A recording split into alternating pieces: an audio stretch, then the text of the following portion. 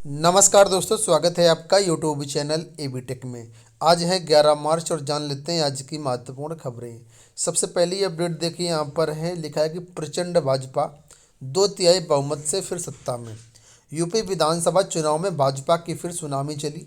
बृहस्पतिवार को ईवीएम खुली तो मुख्यमंत्री योगी आदित्यनाथ की अगुवाई में भाजपा ने न सिर्फ 274 सीटें जीती बल्कि ऐतिहासिक जीत के साथ लगातार दूसरी बार सत्ता पर काबिज होने का नया रिकॉर्ड भी रच दिया।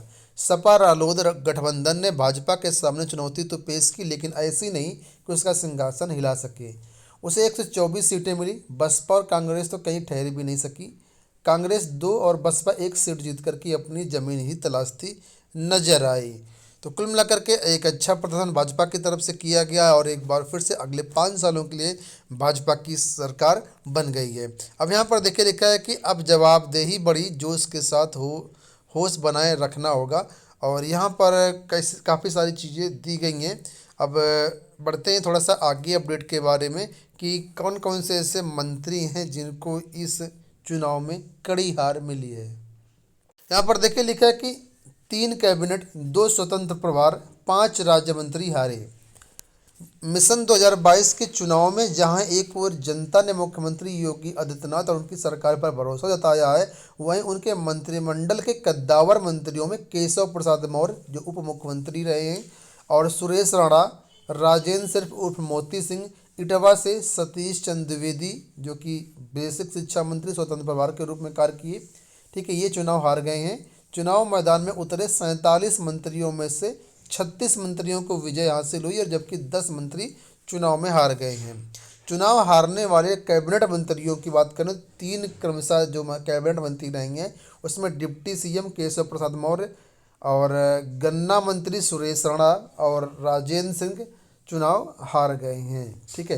स्वतंत्र प्रभार वाले 6 राज्य मंत्रियों में 2 मंत्री बलिया के फेफना से उपेंद्र तिवारी और इटावा से बेसिक शिक्षा मंत्री रहे सतीश चंद्र द्विवेदी चुनाव हार गए हैं। 24 राज्य मंत्री में से 5 मंत्री चुनाव हारे हैं। हारने वाले राज्य मंत्रियों में मुख्य रूप से हुसैनगंज के और यहाँ पर काफ़ी सारे नाम दिए गए हैं।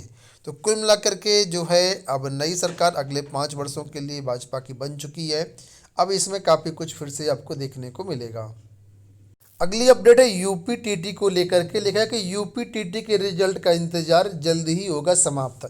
आप लोग जानते हैं चुनाव आचार संहिता के कारण यूपी टीटी का जो रिजल्ट है निर्धारित डेट में जारी नहीं किया गया और पीएनपी की तरफ से इसमें प्रस्ताव बना करके भेजा गया है कि कब इस डेट रिजल्ट को जारी किया जाए। तो शासन से हरी झंडी मिलने के बाद अब ये जो रिजल्ट है शीघ्र ही जारी होगा। उसी के बारे में यहाँ पर अपडेट है कि Uttar Pradesh basic education board द्वारा आयोजित की जाने वाली उत्तर प्रदेश शिक्षक पात्रता परीक्षा के रिजल्ट का इंतजार करने वाले अभ्यर्थियों को जल्द ही खुशखबरी मिल सकती है।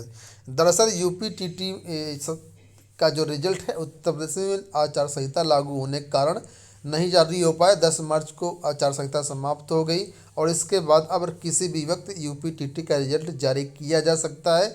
और यहाँ पर देखिए लिखा है कि राज्य में यूपी टीटी का रिजल्ट जो है आचार संहिता की वजह से होल्ड पर रख दिया गया था। अब नई सरकार बनने के बाद इसकी जल्द ही घोषणा की जाएगी। बढ़ते हैं अगली अपडेट की तरफ। यहाँ पर शिक्षक भर्ती को लेकर के अपडेट है, खासकर 68,500 शिक्षक भर्ती को लेकर के। देखा कि शिक्षक भर्ती में ओबीसी को मिलेगी इतनी छूट, आयोग ने दिया आदेश। उत्तर प्रदेश में 68,500 शिक्षक पदों के लिए भर्ती निकली थी जिस पर अनारक्षित से लेकर के आरक्षित तक हर वर्ग के लोगों ने अप्लाई किया, लेकिन इस बीच ओबीसी अभ्यर्थियों द्वारा आरोप लगाए गए कि उन्हें अपने हक की छूट नहीं मिल सक रही है, जिसके चलते उन्होंने अपना विरोध जताया। जिसके बाद राष्ट्रीय पिछड़ा वर्ग आयोग द्वारा आदेश जारी किए गए हैं कि भर्ती में ओबीसी कैटेगरी के लोगों को 5% की छूट दी जाए, जिसके बाद ओबीसी अभ्यर्थियों को काफ़ी राहत मिली है। तो 68,500 शिक्षक भर्ती में अब क्वालिफाइंग जो मार्क रहेगा वो 5% छूट के साथ रहेगा और इसमें जो भी अभ्यर्थी क्वालिफाई होंगे उनको नियुक्ति देने की बात ओबीसी आयोग की तरफ से कही गई है। बढ़ते हैं अगली अपडेट की तरफ। यहाँ पर देखिए अपडेट है केंद्रीय विश्वविद्यालय में भर्तियों को लेकर के। वाराणसी से ये संविदा भर्तियां आई हुई हैं, तो जो भी अभ्यर्थी इच्छुक हैं वो इसके लिए देख सकते हैं। पार्ट टाइम ये भर्तियां, लेकिन वेतन अच्छा खासा मिलेगा आपको। तो केंद्रीय विद्यालय काशी हिंदू विश्वविद्यालय वाराणसी ठीक है, यहाँ से वैकेंसी है 2022-23 के लिए विभिन्न शिक्षकों के और कोचों के जो नर्स परामर्शदाता इनके अस्थायी पदों के लिए संविदा के आधार पर यानी पार्ट टाइम वैकेंसी आई हुई है। और यहाँ पर देख लीजिए कि कब इसका इंटरव्यू है। तो पीजीटी की बात करें तो पीजीटी में हिंदी, अंग्रेजी, गणित, भौतिक शास्त्र, रसायन शास्त्र, जीव विज्ञान, वाणिज्य, अर्थशास्त्र, भूगोल, इतिहास, समाजशास्त्र तथा पीजीटी कंप्यूटर विज्ञान, इन पदों पर भर्तियां होंगी। और प्रशिक्षक शिक्षक में आर्ट एवं क्राफ्ट शिक्षक, नृत्य शिक्षक, कंप्यूटर शिक्षक, और टीजीटी में हिंदी, अंग्रेजी, संस्कृत, गणित, विज्ञान, सामाजिक विज्ञान, इन सब का इंटरव्यू जो है 22 मार्च को सुबह 9 बजे होगा।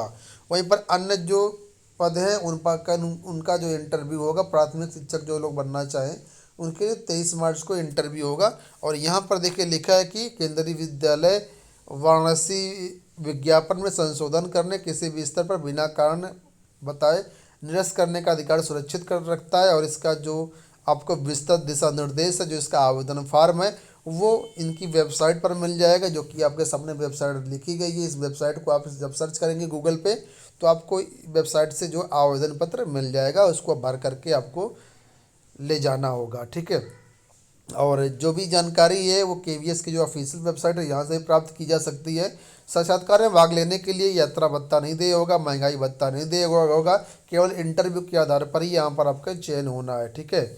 और लिखा है कि टीजीटी पीजीटी प्राथमिक शिक्षक के पद पर नियुक्ति पद रिक्त होने पर ही की जाएगी। तो फिलहाल अभी यहाँ पर जो है इंटरव्यू लिए जाएंगे, इसके बाद जो अभ्यर्थी चयनित होंगे तो वो सेलेक्ट किए जाएंगे। ये संविदा के आधार पर भर्ती हो रही है, ठीक है।